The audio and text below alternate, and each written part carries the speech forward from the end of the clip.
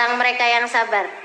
Alladzina idza asabathum musibah qalu inna lillahi wa inna ilaihi.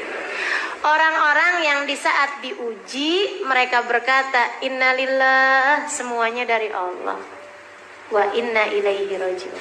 Maka tips sabar yang pertama adalah fahamilah bahwasanya segala sesuatu milik Allah. Fahamilah tidak ada sesuatu terjadi kecuali dengan izin Allah. Itu bikin kita jadi lebih sabar. Bikin kita jadi lebih sabar. Teman-teman saya sekalian, bikin kita jadi lebih sabar. Di saat handphone nih, kalau kita bilang bahwa nih handphone, ya iya sih punya saya sih, tapi sejatinya punya siapa? Inna lillah. Inna lillah. Contoh yang paling kecil aja nih. Inna lillah, semuanya milik Allah. Berarti handphonemu punyanya siapa? Kalau hilang, wa inna ilaihi rajiun, diambil kembali sama pemiliknya. Kalau hilang diambil kembali sama pemiliknya. Jadi kalau beli handphone baru bilang, "Pon,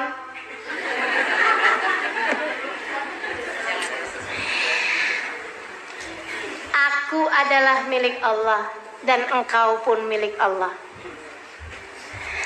Akan ada waktu kebersamaan kita sampai pada waktu batas yang ditentukan oleh Allah." Kan gitu ya? Aku menjadi milikmu dan kamu menjadi milikku. Tapi pada batas waktu yang ditetapkan oleh Allah. Semoga kita dapat bersama-sama dalam kebaikan. Handphone maksudnya. Sampai waktunya nanti, gitu kan? Pas waktu handphonenya hilang, ya sudah habis batas kebersamaan kita. Gitu. Goodbye. Ucapkan selamat tinggal bagi handphonemu. Kan begitu ya? Inna lillah, semuanya punyanya Allah kan? Wa inna ilaihi rajiun. Dari handphone sampai suami, teman-teman saudaraku sekalian. Dari handphone sampai suami. Suamimu punyamu? Bukan, dia adalah miliknya Allah. Emang sih kalau kecil mah gampang kita ngelepasnya. Begitu ya? Enggak juga usahanya, handphone juga berat. Iya sih. Tapi teman-teman sekalian, kalau kayak udah suami, anak, orang tua, kan rasanya ya Allah. Tapi ya itu tadi, inna lillahi wa inna ilaihi rajiun. Nah, terhadap hal-hal kecil ataupun hal-hal besar yang datang dalam kehidupan kita, fahami itu. Inna lillahi wa inna ilaihi rajiun. Sehingga bahkan ketika anakmu meninggal dunia, ya Allah, dia milikmu dan kembali padamu. Ummu Sulaim bisa melakukannya. Dah, saya nggak usah ulang lagi ceritanya. Ya, kan luar biasa tuh. Sampai suaminya datang, dia sendiri yang ngabarin. Cara ngabarinnya gitu, kalau ada tetangga minjemin sama kita barang, katanya gitu. Barangnya diambil lagi. Kita berhak marah apa enggak? Nggak boleh, kata Abu Tolha. Balikin, harus balikin, lega hati. Habis itu bilang, Abu Tolha, anak kita kan titipan Allah. Maksud kamu gimana? Anak kita udah meninggal dunia, dia sudah diambil kembali oleh pemiliknya. Ya Allah, Abu Tolha marah. Karena memang tingkat kesabaran orang kan beda-beda. Nah, ini tingkat kesabarannya Sulaim udah sampai di tingkatan seperti itu. Bisa melihat anak sebagai miliknya Allah. Teman-teman saudaraku sekalian saya muliakan, minta kesabaran pada Allah. Dan jangan mikir kayak begini nih. Katanya ustazah ya, kita tuh nggak boleh doa minta sabar karena pasti bakalan diuji. Ya. Teman-teman saudaraku sekalian, ujian tuh udah ada takarannya, tenang aja. Udah ada takarannya masing-masing. Justru kamu harus memiliki senjatanya, yaitu sabar tadi itu. Kalau kita pahami segala sesuatu milik Allah, seapa-apanya nggak bakalan sampai depresi. Menurutmu yang depresi ketika ditinggal oleh anaknya sampai kemana-mana dia bawa guling? anakku pedang guling. Karena anak udah meninggal dunia, pikirannya nggak kuat nih buat nerimanya. Teman-teman sekalian yang nggak bisa menerima kenyataan kemudian jadi gila, menurutmu kenapa? Kalau bukan karena disebabkan tidak adanya kesabaran atau kurangnya kesabaran yang mereka punya. Jadi pilihannya mau an sabar, mau an gila. Mau an sabar, mau an gila. Sabar. Nah kalau kemudian kita mau sabar, fahamilah tidak ada yang kamu miliki sejatinya. Semuanya adalah miliknya Allah. Semuanya adalah miliknya Allah Subhanahu wa ta'ala. Maka ucapkan itu kepada suamimu, tapi saat dia lagi tidur aja. Gitu ya. Kalau dia lagi melek, bang, kamu adalah miliknya Allah, bang. Saat aku kehilanganmu, bang. Jangan gitulah. Jangan gitu ya. Oh, berarti kamu udah siap kehilangan saya. Baiklah. Anak-anakmu miliknya Allah Subhanahu wa ta'ala, teman-teman saudaraku sekalian. Apapun, rumahmu miliknya Allah, hartamu miliknya Allah. Nggak ada yang milikmu sejatinya, nggak ada. Harta yang sungguh-sungguh menjadi milikmu adalah yang kau makan menjadi kotoran, yang kau pakai menjadi usang, dan yang kau sedekahkan di jalan Allah. Itu yang tersisa pahalanya kelak di hari akhirat. Itu yang benar-benar milik kita sejatinya. Maka perbanyak yang menjadi milikmu. Maksudnya bukan perbanyak beli baju ya, perbanyak makan, bukan. Maksud saya perbanyak yang akan sungguh-sungguh sejatinya menjadi milikmu kelak di hari akhirat. Itu perbanyaklah bersedekah. Saudaraku sekalian yang saya muliakan, sebab yang dimakan akan ada hisabnya, yang dipakai akan ada hisabnya. Satu-satunya yang menjadi milik kita sesungguhnya di hari akhirat adalah yang kita sedekahkan di jalan Allah. Saudaraku sekalian, pahami segala sesuatu miliknya Allah. Itu akan lebih memudahkanmu untuk bisa sabar. Untuk lebih memudahkan untuk bisa sabar. Apapun kejadian-kejadian ini nggak akan terjadi kecuali dengan izin Allah. Iya apa enggak? Iya apa enggak? Teman-teman saudaraku sekalian, nih anakmu lagi jalan, kemudian ini agak berat banget nih ya. Ada seorang teman cerita sama saya, sampai sempat agak-agak goyah, dan saya memaklumi dalam artian kita sebagai seorang hamba. Kenal saya orangnya. Saudaraku sekalian, dia lagi jalan, dia punya anak umur 3 tahun. 3 tahunan. Dia keluar rumah, lupa kunci pintu. Dia nggak tahu kalau anaknya ngikutin dia. Nyebrang jalanan, rumahnya pas di pinggir jalanan besar, jalanan Pantura tuh. Dia lagi lewat kayak begitu, anaknya ngikutin. Dia sih waktu lewat kan nyebrang kanan kiri, liatin kanan kiri. Ada masih jauh kayaknya gitu kan. Dia keburu tuh nyebrang. Dia nyebrang, pas kemudian dia mendengar suara teriakan, dia menoleh, anaknya tertabrak kontainer di belakangnya persis. Teman-teman saudaraku sekalian yang saya muliakan, hentakan-hentakan dalam kehidupan yang seperti itu. Seorang sahabat saya yang lain, sahabat dekat saya sama dia, luar biasa kedekatan saya sama dia. Dia cerita tentang ujian dalam kehidupannya. Anaknya meninggal dunia karena kena air panas. Teman-teman saudaraku sekalian yang saya muliakan, di usia sekitar 4-5 tahunan. Tahun berikutnya, tepat setahun berikutnya, anaknya yang lain kena air panas juga di rumah tetangga. Meninggal dunia juga, dikuburin di tempat yang bersebelahan, masuk rumah sakitnya bisa di kamar yang sama, di rumah sakit yang sama, dengan dokter yang sama, di tahun yang sama, di bulan yang sama, di tanggal yang sama. Ujian dalam kehidupan, teman-teman saudariku sekalian. Perlu iman, perlu pemahaman makna inna lillahi wa inna ilaihi rajiun. Kalau tidak kamu gila.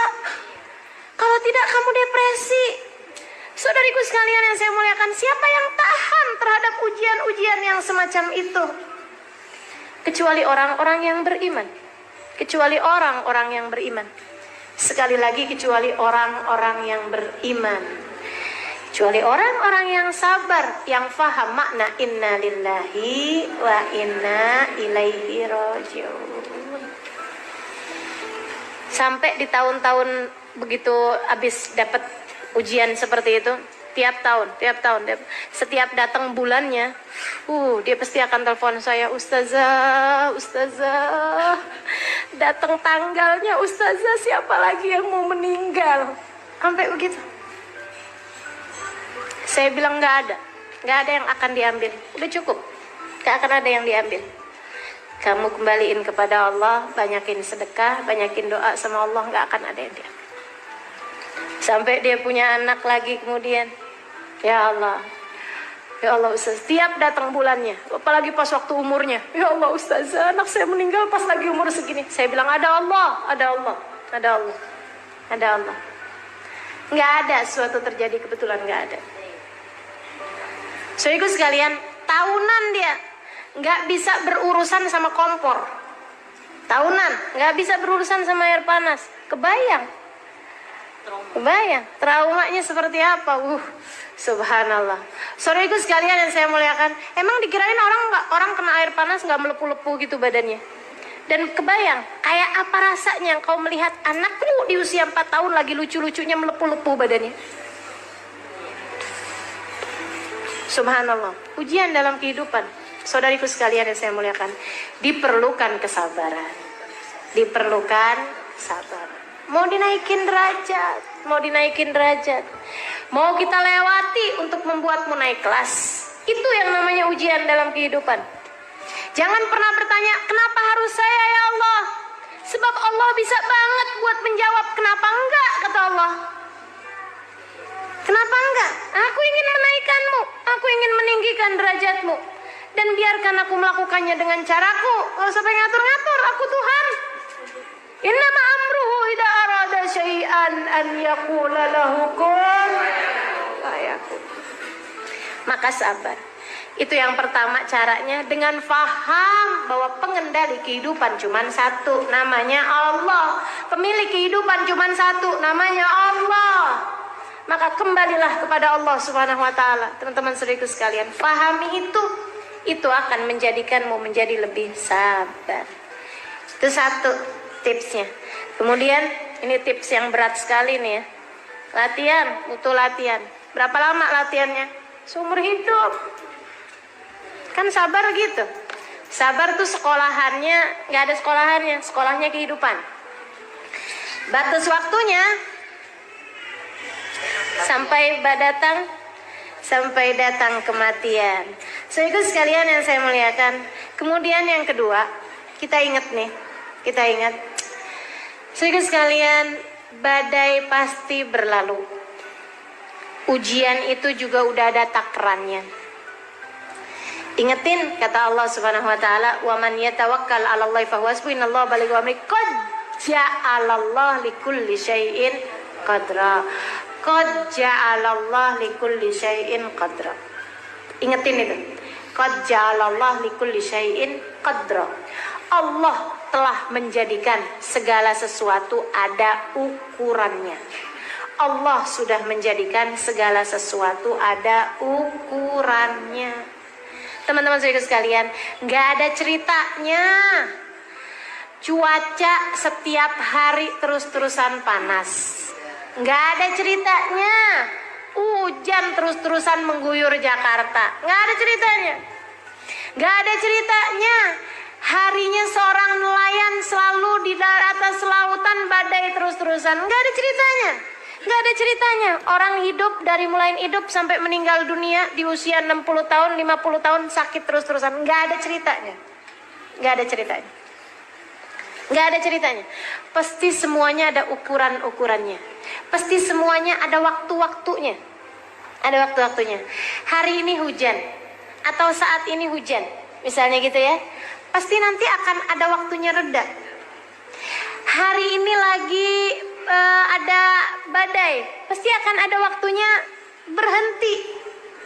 Hari ini lagi sakit, pasti ada waktunya untuk sembuh, untuk sehat, ada waktunya sehat. Saudaraku sekalian yang saya muliakan, segala sesuatu ada ukuran-ukurannya masing-masing. Lagi nggak enak, nggak apa-apa, bentaran aja kok, tungguin. Yang sabar. masa-masa kelam dalam hidupmu, masa-masa pahit dalam hidupmu pasti akan ada waktunya berlalu. Jalanilah itu dengan sabar. Tungguin. Allah kan udah janji, inna ma'al usri wa inna ma'al usri. Sesungguhnya dalam kesulitan ada kemudahan. Dan dalam kesulitan yang tadi itu, yang satu itu tadi, yang pertama pakai alif lam soalnya, ada yusro, ada kemudahan yang lain. Jadi satu kesulitan berbanding dengan dua kemudahan. Kamu hanya perlu bertakwa. Sebab untuk orang yang bertakwa, untuk orang yang sabar menjalankan ketakwaannya nih. Takwa tuh apa sih? Jalanin perintah Allah, tinggalin dosa. Kan gitu takwa. Itu kan yang tadi saya sampaikan. Sabar itu untuk ngerjain taat harus sabar, untuk ninggalin dosa juga perlu sabar. Nah, orang yang bertakwa ini Allah udah janjiin, man yattaqillah yaj'al lahu makhraja wa yarzuqhu min haitsu la yahtasib. Untuk orang yang bertakwa, untuk setiap kesulitan pasti ada kemudahannya, gitu kan ya. Dan untuk setiap Allah akan beri jalan keluar bagi setiap kesulitannya, dan akan diberi rizki dari arah yang tidak dia sangka-sangka. Gitu. Tetaplah dalam jalan yang baik. Tetaplah dalam jalan yang baik. Tuh yang nggak sabar-sabar, suaminya lagi kepicut janda sebelah rumah. Kayaknya dia pakai nih. Ya udah, saya pakai juga. Itu namanya tidak sabar. Yang sabar, oh dia lagi kepengen begitu, tungguin aja, nggak apa-apa, biarin aja gitu, biarin, nggak apa-apa. Kalau ada hal yang kau mau kerjakan, bangunlah di waktu malam, angkatlah tanganmu. Ya Allah, mampukan suamiku menjalani ujian dalam kehidupannya dengan cara yang terbaik. Itu suaminya lagi diuji apa enggak? Lagi diuji, teman-teman saudaraku sekalian. Kuatin hatinya, angkat tanganmu, minta kepada Allah agar suamimu mampu melewati ujian dalam kehidupannya dengan cara yang paling indah. Begitu ya. Jadi jangan salah-salah buat keputusan. Ya Allah, sakit hati saya, balas ya Allah. Itu nggak sabar namanya, itu nggak sabar. Menurutmu yang sedang diuji kamu doang dengan punya suami yang mohon maaf berselingkuh itu. Suamimu lagi diuji juga dengan rasanya gitu ya. Begitu pesonanya luar biasa. Kayaknya cakep banget gitu kan si cewek itu. Memang ya sakit, teman-teman saudara sekalian. Ya ujian kan memang sakit semuanya. Ujian itu adalah cara bagi pandai besi untuk merubah besi menjadi pedang. Tukang besinya Allah Subhanahu wa taala, pandai besinya Allah Subhanahu wa taala. Besi-besinya kita nih lagi mau dirubah jadi pedang. Gimana caranya? Dipukul. Kemudian digosok. Habis gitu dibakar. Habis itu dipukul lagi. Habis itu digosok lagi. Dibakar lagi. Dipukul lagi. Itu kira-kira ada yang enak apa enggak? Dipukul enak enggak? Digosok enak enggak? Dibakar enak apa enggak? Enggak ada yang enak, teman-teman saudaraku sekalian. Tapi yang sabar itu adalah cara menjadikanmu pedang berkilau. Ya gitu. Akan ada terus dalam kehidupan gitu ya. Habis lewat yang ini, ya udah alhamdulillah. Kita jalanin lagi ntar yang ke depan, terus aja.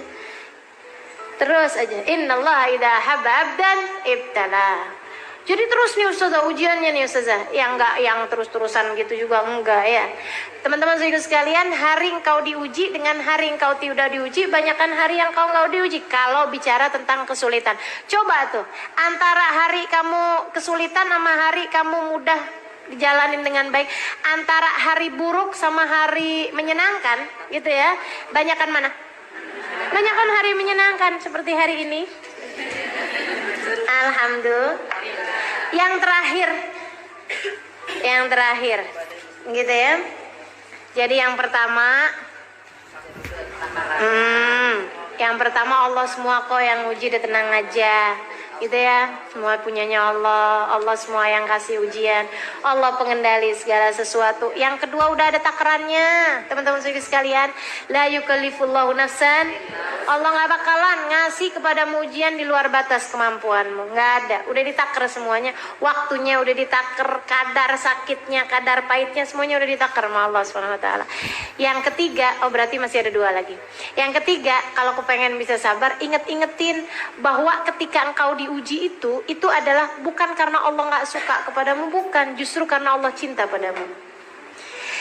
Lihat ujian, lihat hal yang tidak menyenangkan sebagai tanda cintanya Allah, sebagai tanda cintanya Allah. Kan lagi dicinta enak aja, lagi dicinta mah kan enak aja teman-teman saudaraku sekalian. Tuh kita kalau mohon maaf ya, pengantin baru tuh kadang-kadang suka main cubit-cubitan. Sakit apa enggak cubit-cubitannya? Sebenarnya sih sakit, tapi jadi nggak berasa sakitnya karena kita tahu bahwa dia melakukannya bukan karena benci, tapi karena sayang, tapi karena cinta. Teman-teman sekalian, kita melihat pasangan kita cemberut gitu ya, gitu aja kita nggak sakit hati kok. Kenapa? Karena kita tahu dia cemberutnya juga karena cinta. Bukan begitu? Maka saudaraku sekalian, fahamilah bahwa di saat engkau sedang diuji bukan karena Allah tidak cinta padamu, justru sebaliknya, itu adalah tanda cinta Allah Subhanahu wa taala padamu.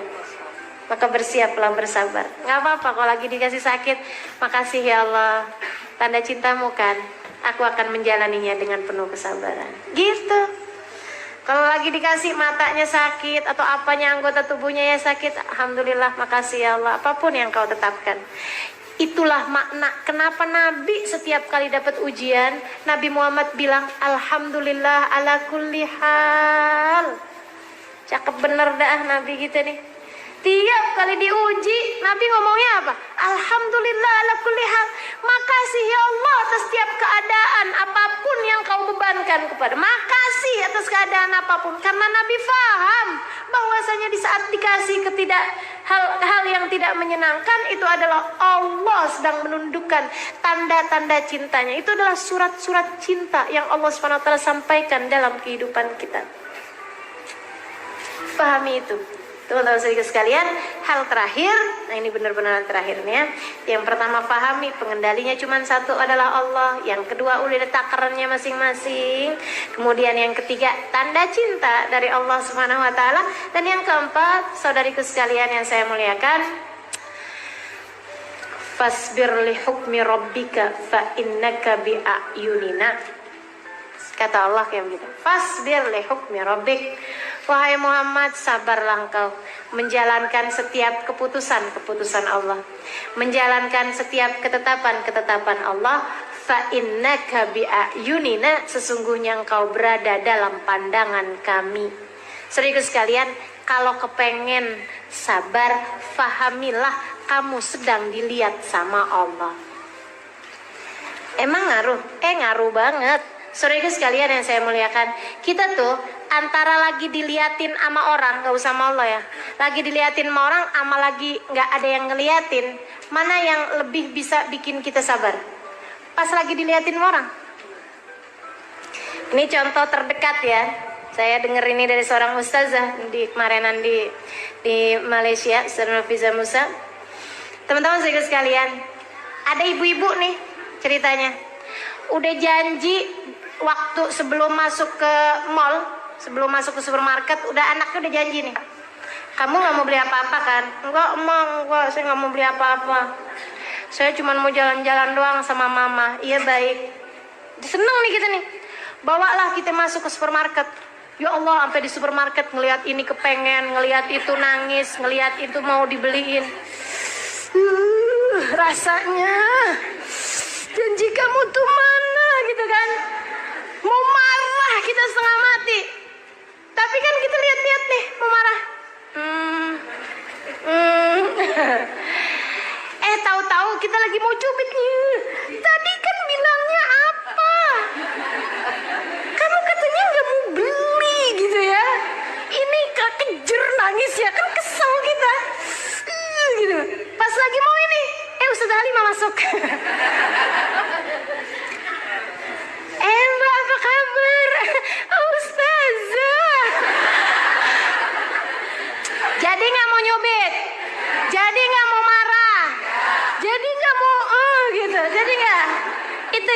begitu ngeliat saya.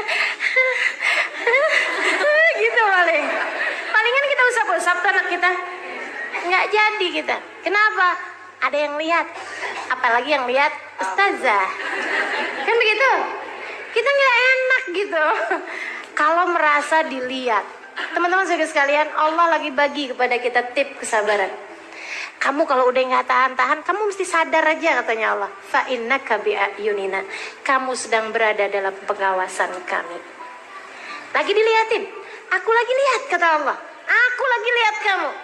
Jadi kalau udah nggak sabar-sabar nih, rasanya kepengen begini, rasanya kepengen begitu. Ingetin, Allah lagi lihat. Allah lagi lihat. Allah lagi lihat. Allah lagi lihat, teman-teman serius sekalian. Mudah-mudahan bikin kita jadi lebih sabar. Amin ya Rabbal. Kita akan lebih memiliki pengendalian diri ketika kita merasa sedang dilihat orang. Bayangin kalau ada siaran televisi mau syuting kita, gitu ya, pakai kamera tersembunyi. Sehari bersama dirimu misalnya gitu ya. Sehari bersama ibu-ibu pengajian. Kemudian kamu yang terpilih. Hari ini kita akan liatin kamu terus-terusan ya. Gitu. Pokoknya dari kamu keluar rumah, kamu dalam rumah, kamu melakukan kegiatan-kegiatan, semuanya berada dalam pengawasan kami. Tuh hari kira-kiranya kayak gimana kita? Pasti tuh mau ngomong teratur. Kita hari itu pasti menjadi hari yang kita paling mengendalikan diri. Mau ngomong apa aja kita pikirin dulu. Mau ngerjain apa aja kita pikirin dulu. Kita jadi hari yang paling sabar hari itu. Pengendalian diri. Dari emosi gitu ya. Dari apa tadi yang saya bilang. Dari protesnya hati tuh dulu. Jangan nih. Ntar tampilannya gak bagus. Ditonton orang seluruh dunia. Ya Allah, serem bener. Kan gitu ya? Nah itu teman-teman saudariku sekalian yang saya muliakan. Yuk, ini Allah udah bagi kepada kita triknya. Kalau kamu kepengen sabar, selalulah merasa bahwa engkau sedang berada dalam pengawasan kami. Selalu berada dalam pandangan kami. Insya Allah. Itu teman-teman saudariku sekalian, kajian kita pada hari ini mengenai kesabaran. Udah kita pelajarin sabarnya dalam 3 hal. Sabar mengerjakan ketaatan, sabar meninggalkan dosa kemaksiatan, 3 sabar ketika diuji. Kemudian Allah SWT menjanjikan begitu banyak hal bagi orang-orang yang bersabar. Dan tips-tips untuk bisa merasakan kesabaran. Yang pertama, paham bahwasanya pengendali kehidupan kita adalah Allah, pemilik segala sesuatu adalah Allah SWT.